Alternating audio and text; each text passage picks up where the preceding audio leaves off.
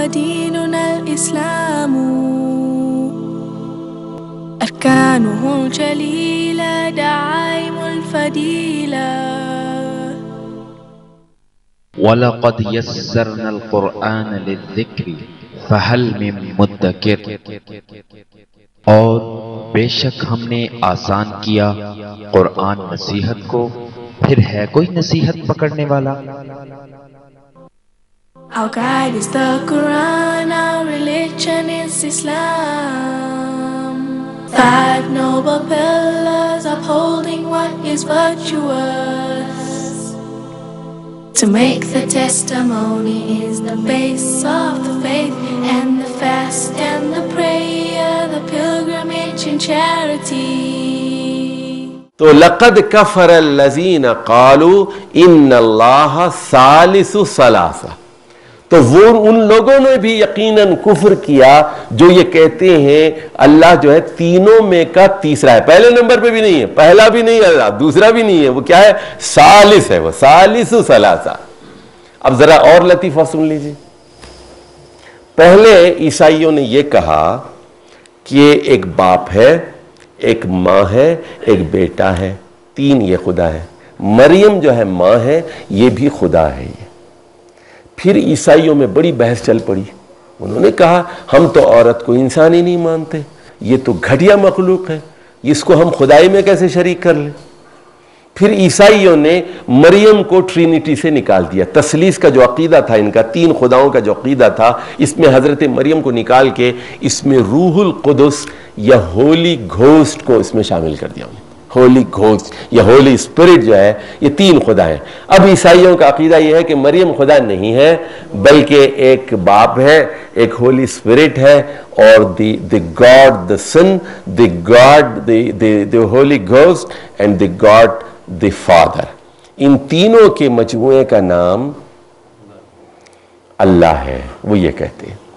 تو یہاں عیسائیوں سے بحث کی گئی ہے، کہا کہ اسلام لے آؤ، اور اللہ نے کہا افلا یتوبون الی ویستغفرون، اے عیسائیوں کیا تم اللہ سے توبہ نہیں کرو گے؟ کیا تم اللہ سے استغفار نہیں کرو گے؟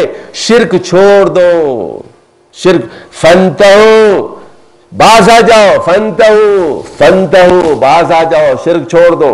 اور اس میں واضح طور پر بتا دیا اللہ تعالیٰ ہر گناہ معاف کر سکتا ہے لیکن شرک کو معاف نہیں کر سکتا۔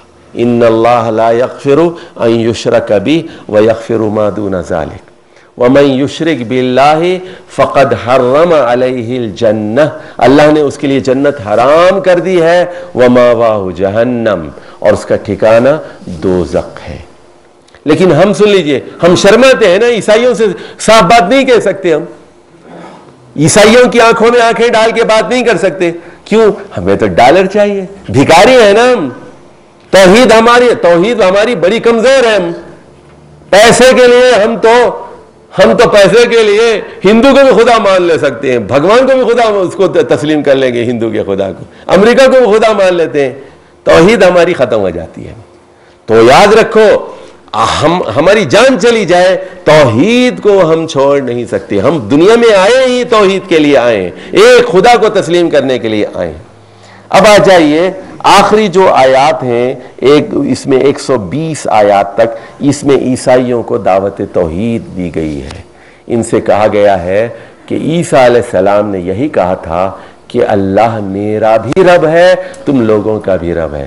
عیسیٰ علیہ السلام نے کبھی نہیں کہا تھا کہ اللہ کے علاوہ مجھے اور میری ماں کو بھی خدا بنا لو، کبھی نہیں کہا تھا۔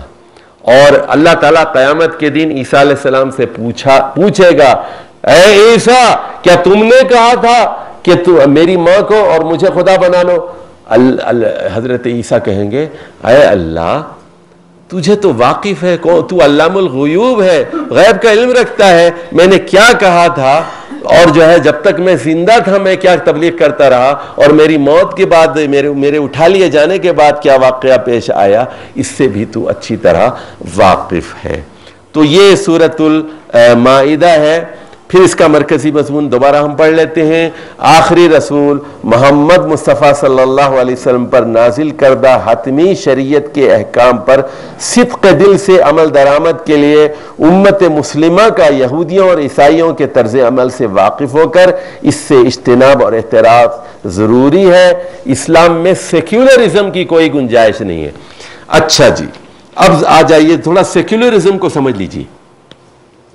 سیکولرزم کیا ہے؟ سیکولرزم کا ترجمہ بعض نادان لوگ غلط کرتے ہیں اور وہ کہتے ہیں لادینیت ہے. سیکولرزم کا مطلب ہے لادینیت. غلط. سیکولرزم کا مطلب ہے مذہب کو چرچ، مسجد، گرجا، سینیگاگ، مندر اور گھر تک محدود کر دیا جائے. سیکولرزم کے جو علم بردار ہے وہ یہ کہتے ہیں کہ اللہ کا کام صرف مسجد میں ہے، گھر میں ہے، یہ آپ کا ذاتی معاملہ ہے. اللہ کون ہوتا ہے سود کو حرام کرنے والا؟ اللہ کون ہوتا ہے قانون بنانے والا؟ اللہ کون ہوتا ہے چور کے ہاتھ کاٹنے والا؟ اللہ کون ہوتا ہے زانی کو کوڑے مارنے والا یا رجم کرنے والا؟ وہ اللہ کو، مذہب کو محدود کرتے ہیں. وہ کہتے ہیں مذہب کا کردار صرف مسجد میں ہے، مندر میں ہے.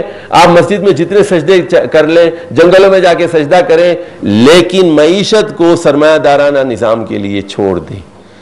اور لباس پر خدا پابندی عائد کرنے والا کون ہوتا ہے؟ فحاشی پر پابندی عائد کرنے والا خدا کون ہو سکتا ہے؟ ہم یعنی مذہب کو محدود کر دینے کا نام سیکولرزم ہے. مذہب کو ختم کرنے کا نام سیکولرزم نہیں ہے، اس کو محدود کرنے کا نام سیکولرزم ہے. اسلام اس چیز کو تسلیم نہیں کرتا اور اسلام کے نزدیک یہ شرک فی الحکم ہے، شرک فی الشریعہ ہے اور بہت بڑا جرم ہے. اب آ جائیے سورۃ الانعام کی طرف.